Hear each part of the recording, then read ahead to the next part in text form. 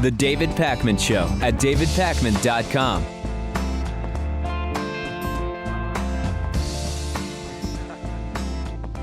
So yesterday I played a voicemail of someone criticizing our coverage of the Bundy, Nevada ranch story. Of course, we hadn't covered that story. We will actually cover it today.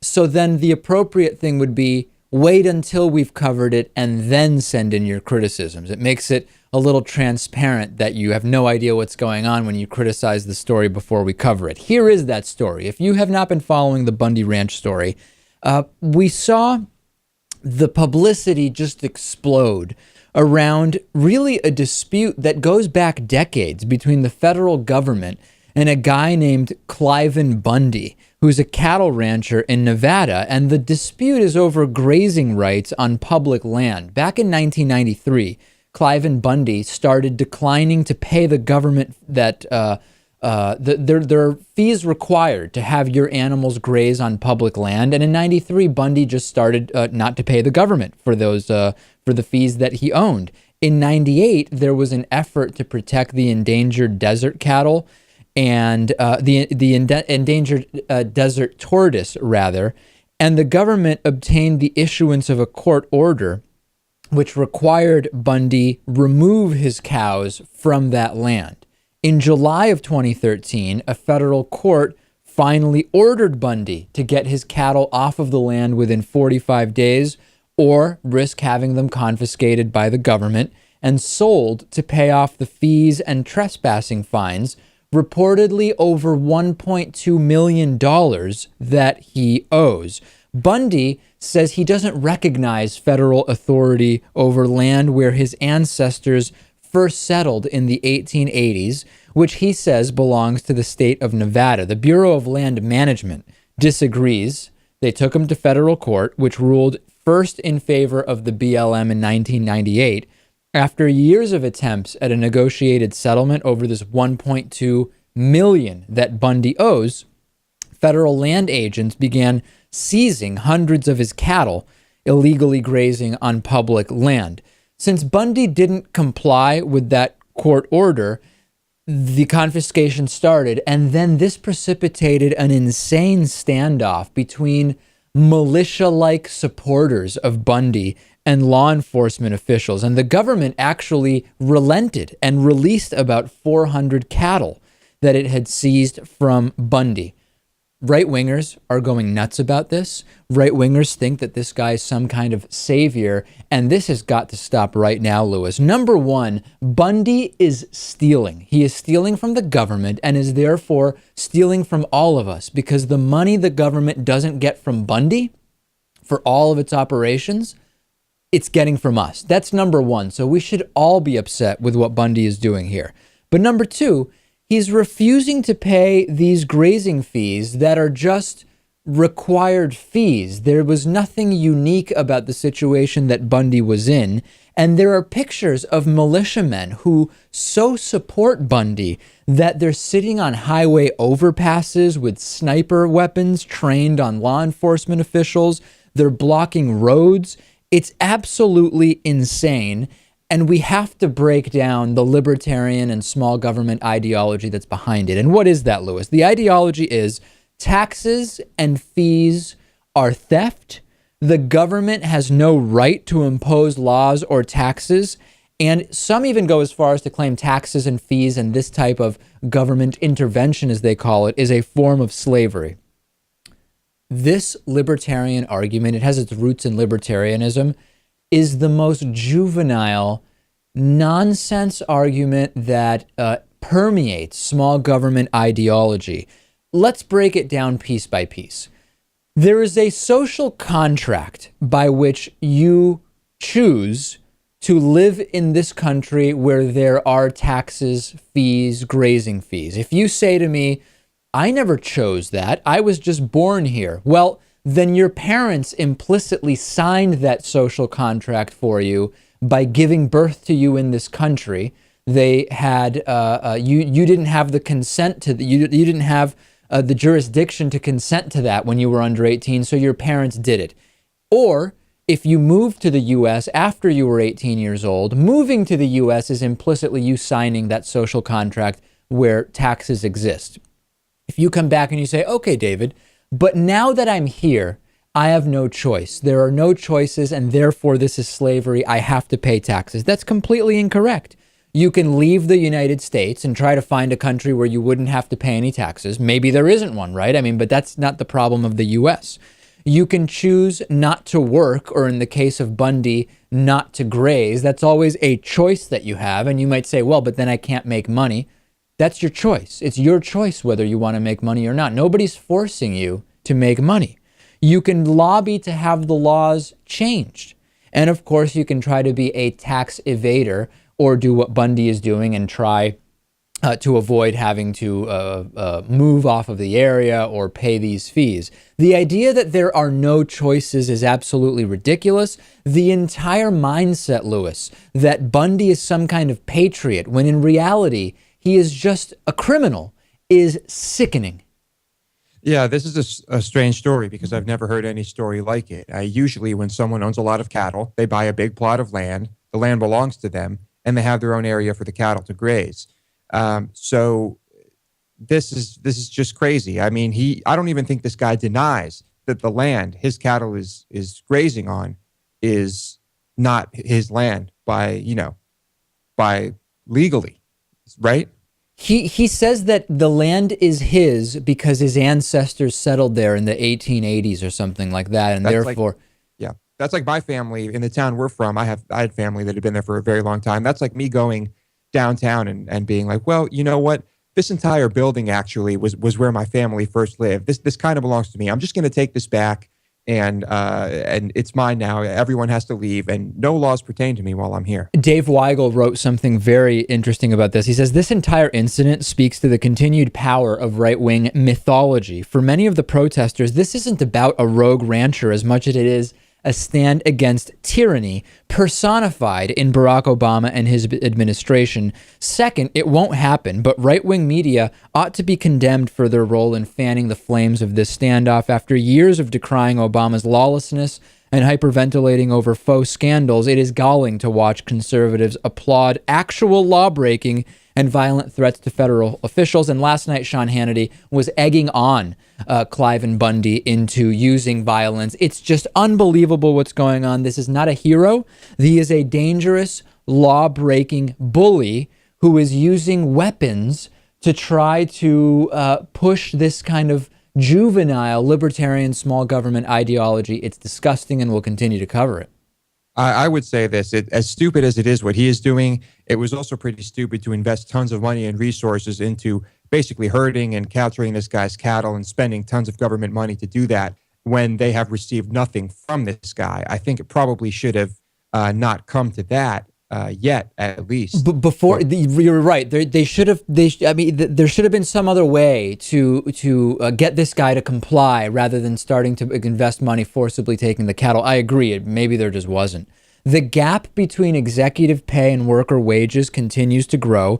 In 2013, the average American CEO was paid 331 times what the average worker in the United States earned, and 774 times what full-time minimum wage workers made, according to a new analysis by the AFL-CIO. Chief executives took home on average about $11.7 million in 2013. The average employee earned just over $35,000. Let's look at one specific example, Walmart. Michael T. Duke of Walmart Stores brought in $20 million in 2013. A minimum wage employee would have to work 1,372 hours at Walmart to make what Duke earns in 1 hour. Now, if you react to that and say, David, this is left-wing propaganda, why should the lowest employees on the totem pole doing relatively unskilled labor make as much or even close to as much as the CEO? And to that I say, fine. What if you worked and earned twice the minimum wage at Walmart? You would still need to work 686 hours to earn what Michael Duke earns in 1 hour. What if you earned 3 times the minimum wage? You would still need to work 457 hours. That's 10 weeks of work at 45 hours a week to earn what the CEO makes in 1 hour. Let's take it even further. even if you made 10 times the minimum wage at Walmart, very well compensated, you would still need to work 137 hours, or almost an entire month, to earn what the CEO earns in 1 hour.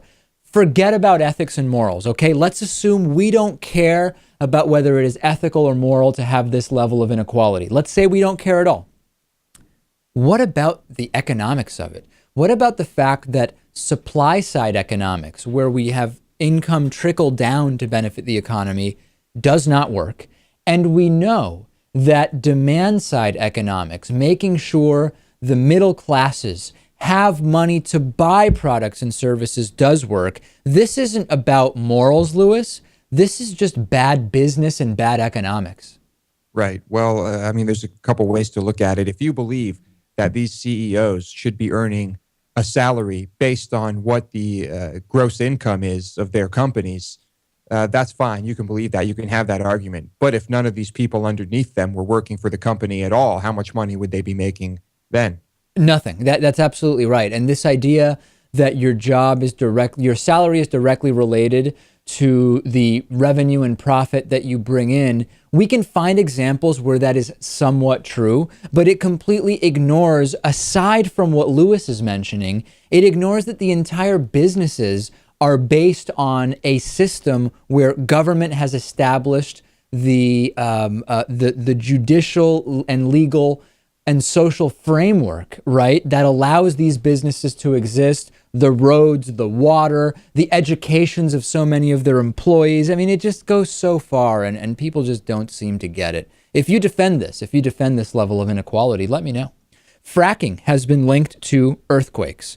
Last month, the Ohio Department of Natural Resources temporarily suspended drilling at a bunch of wells in the northeastern part of Ohio out of concern that it may have been responsible for a series of earthquakes. Friday, geologists confirmed that yes, indeed, fracking was probably responsible.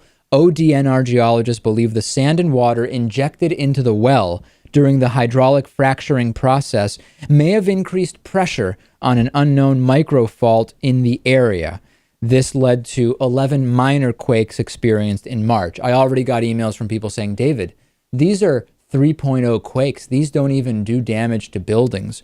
Oh, okay. Well, then we shouldn't worry about the fact that it's causing earthquakes because, Lewis, it's not causing big earthquakes. There's a moratorium now on fracking for a 3-mile radius around the quake sites, meaning there won't be any future well permits issued there. Also in Oklahoma, there have been more earthquakes this year than in all of 2013. It's only April. The state on April 6th experienced its 109th earthquake of a magnitude 3 or greater, matching the total for all of 2013, according to Austin Holland, who's a research seismologist. This is, like I said, I've been getting emails from right-wingers saying these are tiny earthquakes. It's not even really clear that there's a link, even though we have completely unrelated groups in unrelated parts of the country coming to seemingly the same conclusion. But is the idea that the earthquakes aren't definitely linked to fracking, and if they are, they're small, that's the case we're making for why fracking is a good thing? Yeah, it doesn't seem to make much sense. I mean, just the idea of fracking in general, I think is telling of just fundamental human stupidity. I mean, the amount of damage this is doing to water, to people, to the air. Now we have evidence that it's causing earthquakes. And remember, Lewis, we don't know the long-term effects. Even if you were able to somehow definitively disprove the connection to the earthquakes, we have no idea what the long-term impact is. And we know that if we look at alternative renewable energies, there is almost zero, or in some cases, zero long-term impact. That's right. We don't know the long-term impact, but we do know that long-term, this is just a short-term solution. Right. Because like oil, this gas will run out, and then who knows what will happen. The long-term view on fracking is that it's a short-term solution, and some will say, well, short-term, it could be hundreds or thousands of years. We don't really know what the supplies are.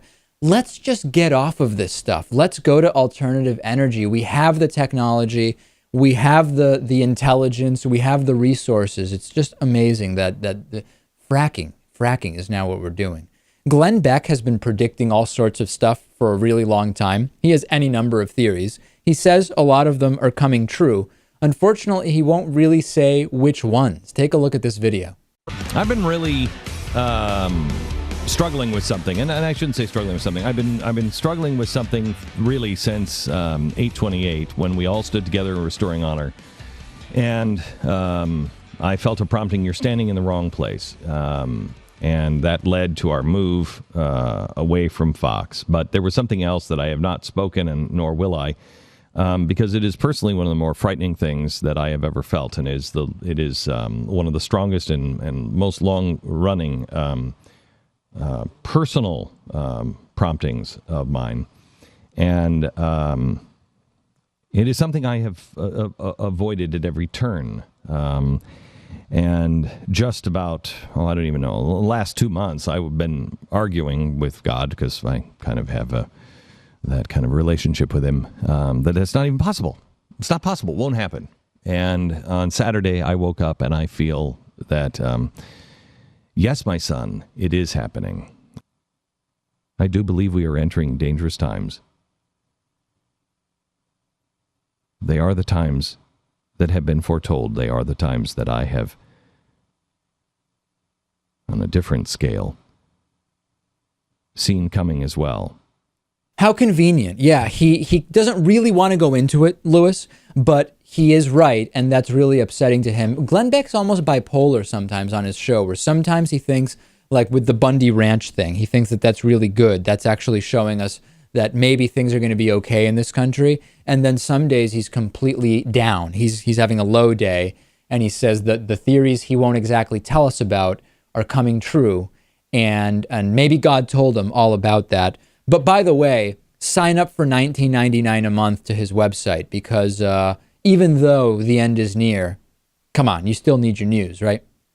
A guy with prophetic abilities such as Glenn Beck should really be like a multi-billionaire, just betting on sporting events and things like that, right? Maybe it's not like he even needs to do that, because he makes so much money off of people who somehow are thinking it's a good idea to support this guy.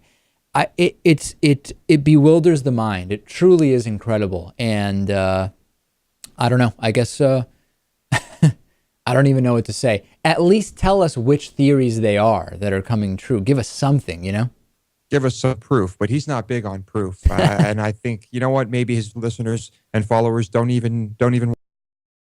We learned Glenn Beck wasn't big on proof when he continued to blame a Saudi Arabian student for the Boston Marathon bombing, who had nothing to do at all other than being injured that day. Let's take a break. A lot coming up, including me identified as a former neo-Nazi on Headline News last night. It's insane. Stay with us. The David Pakman Show at davidpakman.com.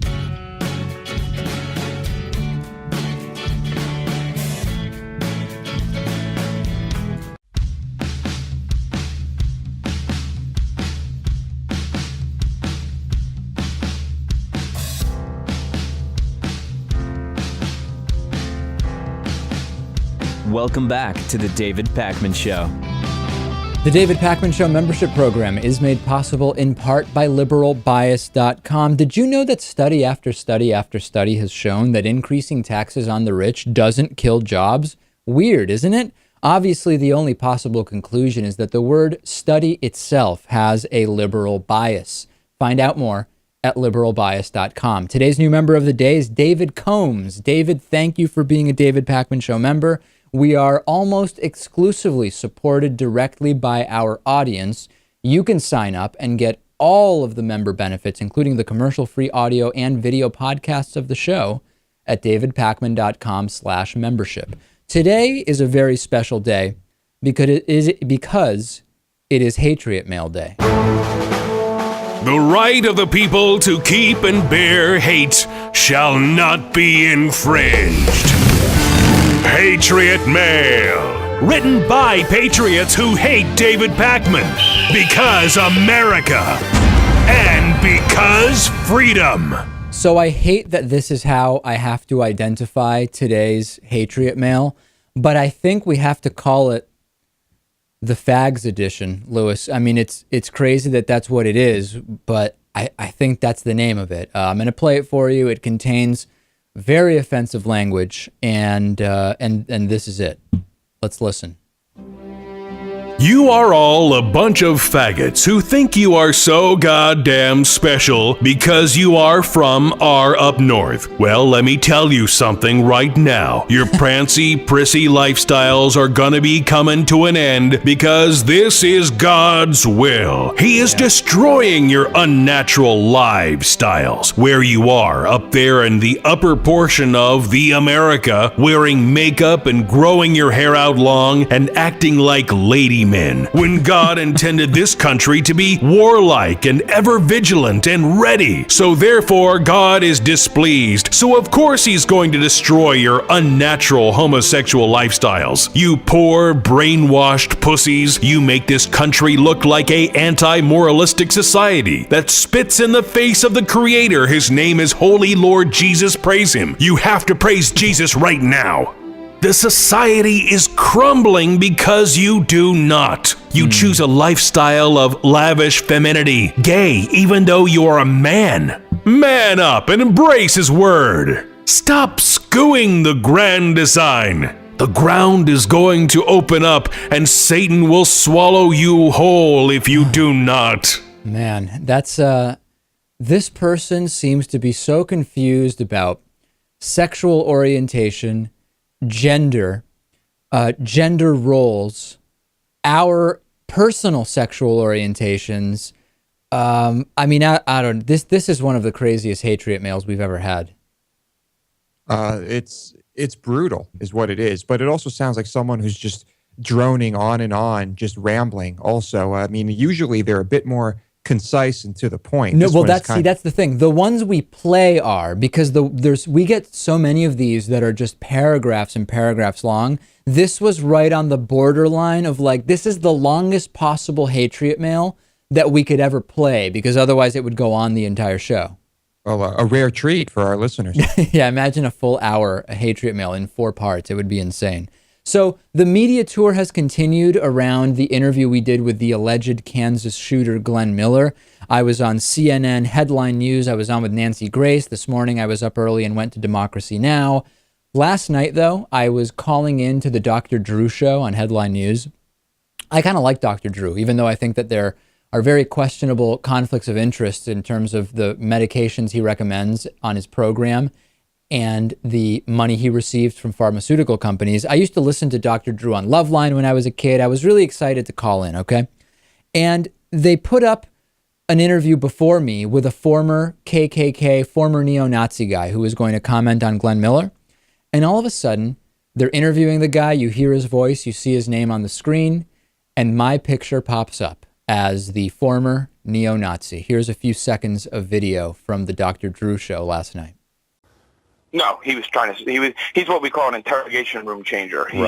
He changed once he got caught up, and once he got out, he went low for a long time, and then came back up and in the movement and started to try to make a name for himself. But the snitch label kept following him, so now he really was trying to prove himself more and more. Frank, hold on, buddy. Immediately, I of course panicked and started getting tweets, emails, Facebook posts, people saying I should demand an apology, people saying I should sue. And the most absurd thing of it all is that, number one, most neo-Nazis, former or current, wouldn't look as clean cut as I do in that picture. But also, how old was I when I was the neo-Nazi that I'm already a former neo-Nazi and commenting on it on programs? Apparently, you were a neo-Nazi when you were also a gay, bullied teen who committed suicide, right? A bunch of people asked me about that. They said, David, what's worse, being the time when you were included in a documentary as a dead teen who was gay and had committed suicide, or when you were identified as a former neo-Nazi? That time I was actually identified by name. In this one, it was just my face, right? My name wasn't mentioned. So in that sense, this wasn't as bad. But there's nothing... were I a gay teen who had committed suicide, that's a very tragic, sad thing. That's very reflective, not of me being an evil or misguided person, but really of a horrible situation around bullying and LGBT rights that we have. The thing from yesterday just implies I used to be a Nazi, and that seems to be way, way worse in the sense of being like evil and bad, you know? Yeah. It's quite the past you have. It's really, I think you should take over as the most interesting man in the world. Right. So anyway, send me your thoughts on this. Check out the video. We actually did post the full appearance on the Dr. Drew show, which was like 15 seconds long, by the way. So it's in fact, I think on yesterday's Dr. Drew show, my picture was up as Frank, the former neo-Nazi, for longer than I was actually on the program as myself, which is a whole other issue that we could discuss. But anyway, that's all online. Let me know your thoughts about it. This crazy video, which was initially uploaded to YouTube in October, has now been going viral, and it's the source of all sorts of news articles. And it's a woman freaking out on an airplane flight to Tampa. Well, what other kind of flight would it be? Well, I guess it could be a helicopter flight. So airplane flight does add a little bit to our understanding of it. Anyway, a flight to Tampa. She starts screaming, "God, you're my savior." The video's crazy. Check this out.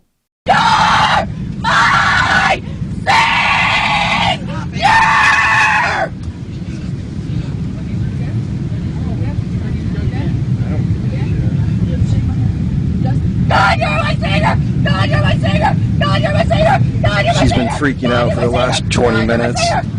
She started off by telling everyone to pray for her mother who just passed away.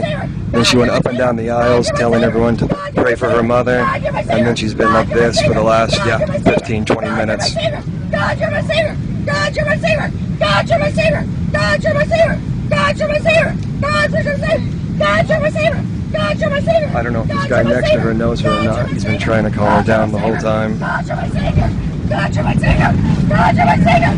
God, you're my savior!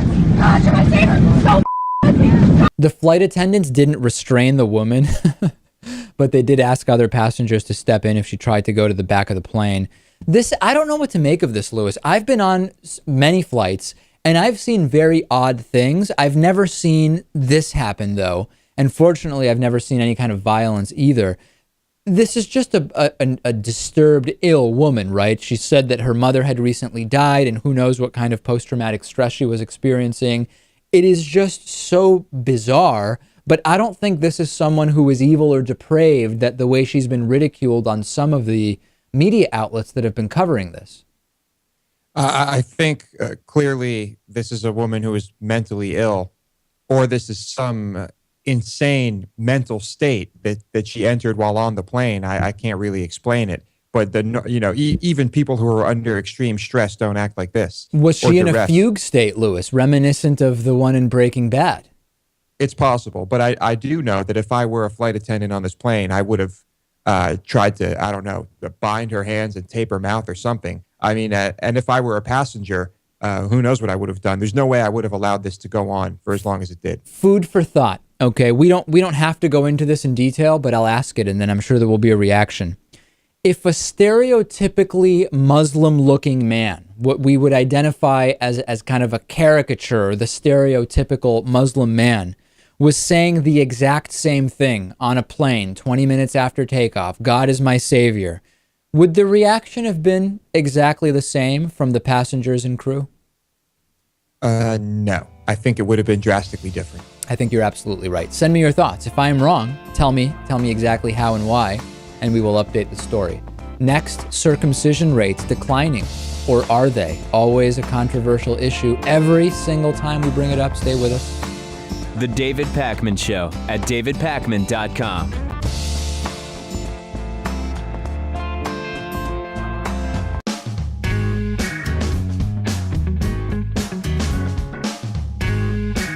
Welcome back to the David Pakman Show. Every time we talk about circumcision on this program, it is controversial, and we have some new information that I am sure will be the source of much debate. Fewer Americans are circumcising their infant boys, according to one study, which found that circumcision rates had fallen from 83% in 1960 to 77% in 2010. The research says that varying access to health insurance was a factor in the decline, with results showing that circumcision is 24% lower in states lacking Medicaid coverage for the poor. That's one issue. There's another issue, though, which might shed some light onto this. The data show racial disparities among those who elect their children to be circumcised. Rates over the last year reach 91% for white men 76% for black men, and only 44% for Hispanic men. So, if we are to consider the increase in the Hispanic population in this country since 1960, when the 83% number was the overall number, this new frame may be more representative of the increase in the Hispanic population as a share of total Americans. Given their significantly lower rate of circumcision, there may not have been an actual change in views on circumcision at all, Lewis.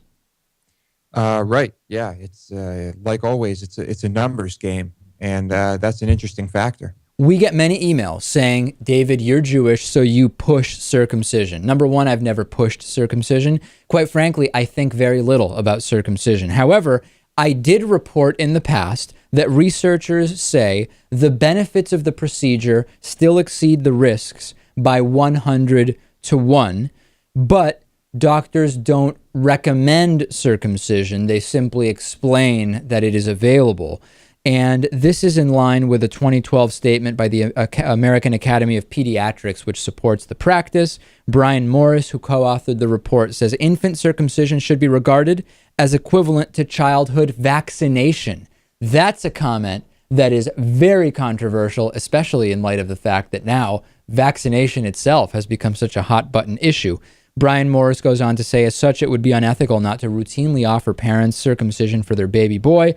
Delay puts the child's health at risk and will usually mean it never happens. Clinical researchers find the decline worrisome on the basis that circumcision protects infants from a number of complications later in life, such as urinary tract infections, which approximately 1 in 3 men will experience in their adult lifetimes.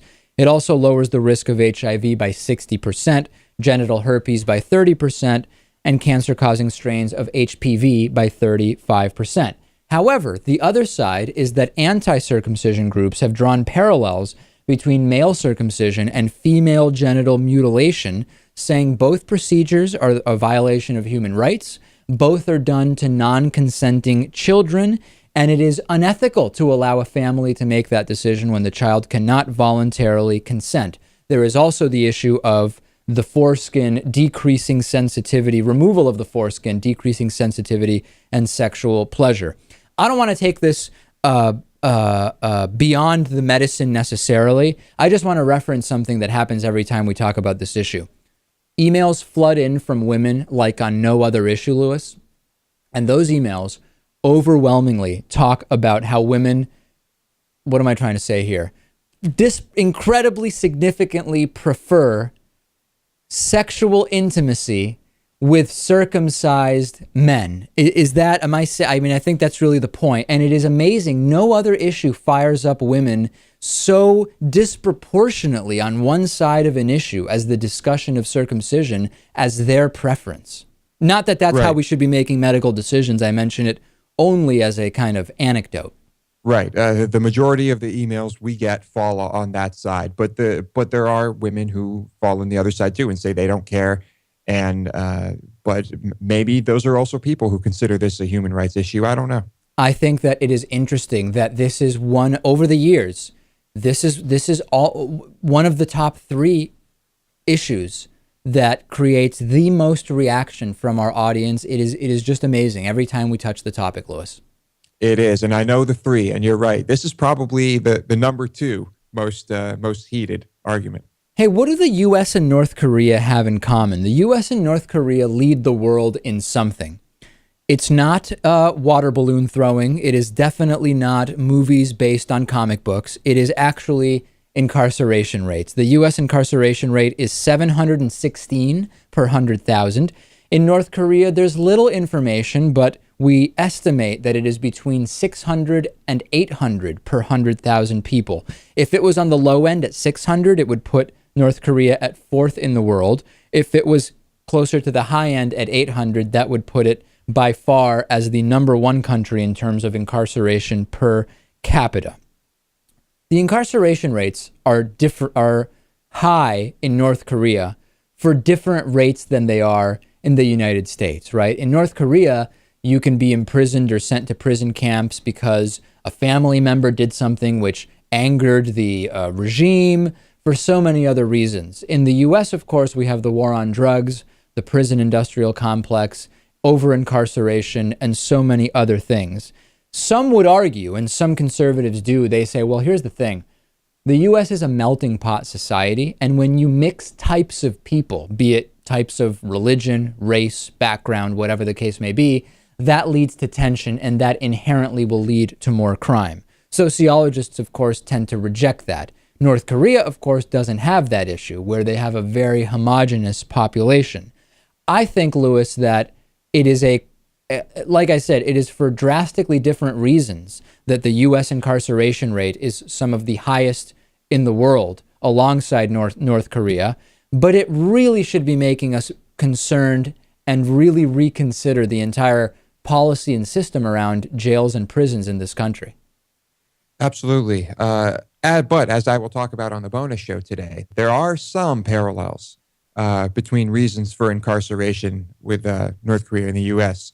I will discuss that today on the bonus show. But also, like with the death penalty and religious fundamentalism, we are in some embarrassing company when it comes to other countries in the world. Yeah, we know that our system of corporatized over-criminalization working in conjunction with this two-tier judicial system for the rich and for the poor, which partners with the war on drugs to disproportionately imprison nonviolent minorities convicted of drug crimes, with national resources drastically overspent on imprisonment and prosecution rather than poverty reduction and reducing the circumstances that lead to crime.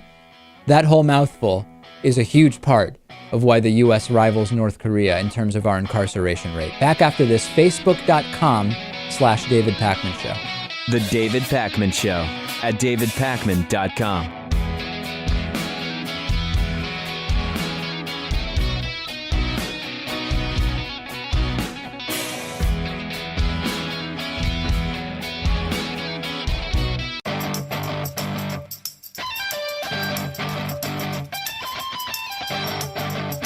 The David Pakman Show at davidpakman.com.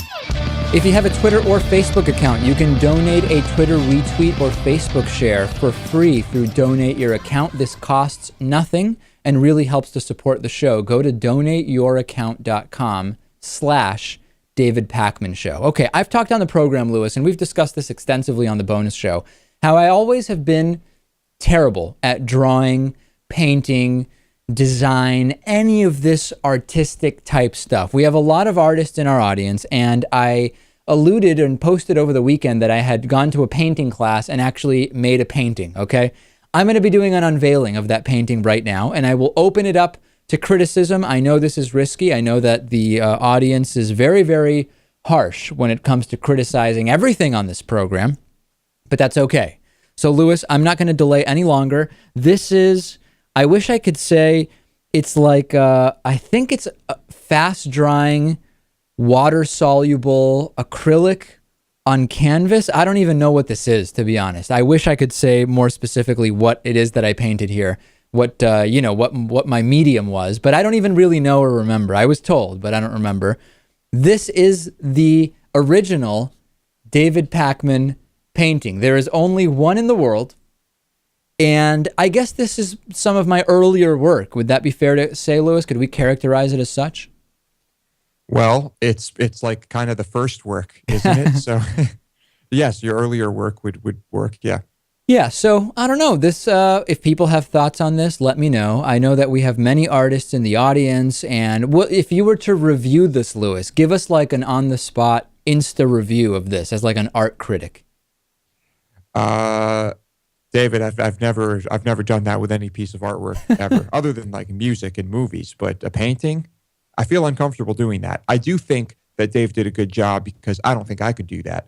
I'm terrible at painting or drawing anything even somewhat photorealistic. So I think I give it 2 thumbs up, I guess. All right. Well, believe me, if you were here, you would see that there's no photorealism here. So anyway, that's the painting. This is what do I call it, Lewis?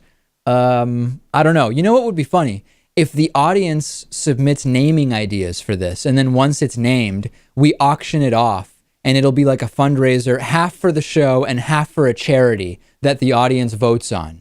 And maybe the audience, the first step is just coming up with like a name for this. And I don't know, I leave it up to the audience. I have to tell you, it was really fun. I definitely look forward to painting again. I had a very good time doing that. And I'm usually in a world of writing and social media and research, and it's cool to do something totally different, you know? Yeah, you know what? I would like to do something artistic like that at some point. I don't know. Maybe I should find a class like you took, or I don't know, just set up a little studio in my place and just mess around. Yeah, although remember, we met at a clay class when we were 7 years old, and that's the last artistic class I remember you being involved in, and within seconds you had been thrown out for fart noises, so maybe art classes aren't the best venue for you. I think I've come a long way since then, I'd like to think. But perhaps there's some art class in Austin where you can do both.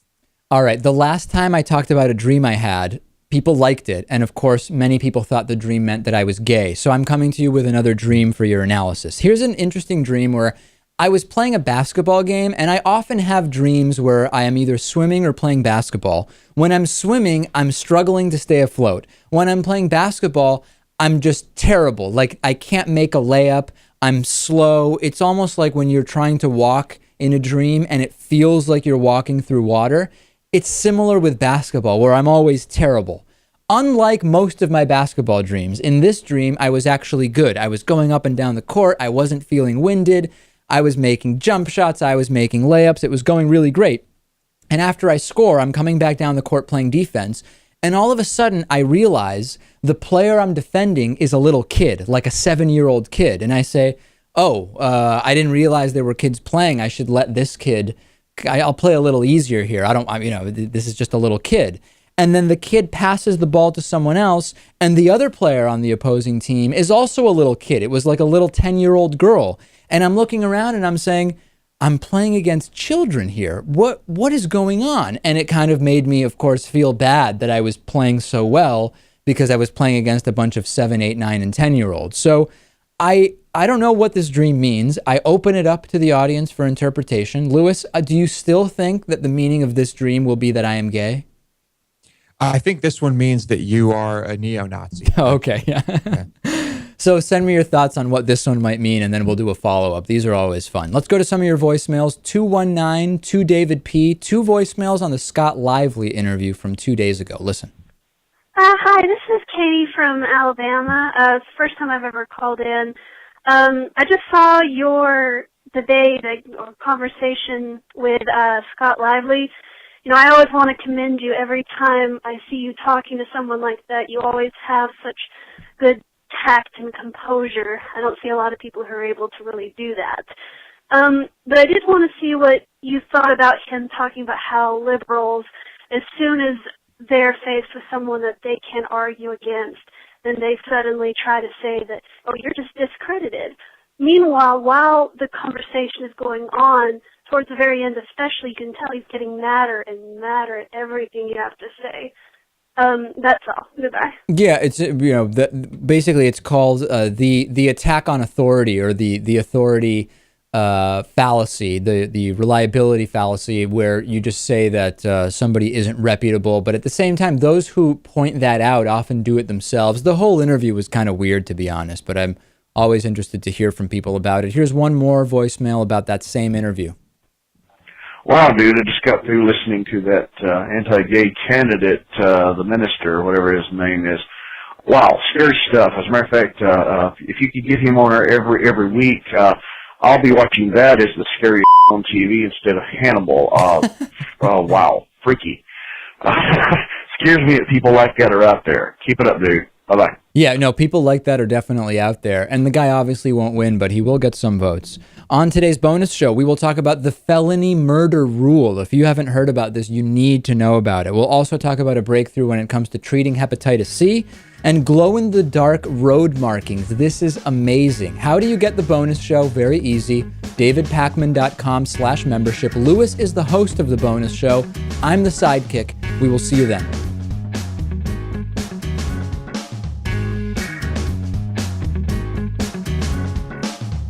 The David Pakman Show at davidpakman.com.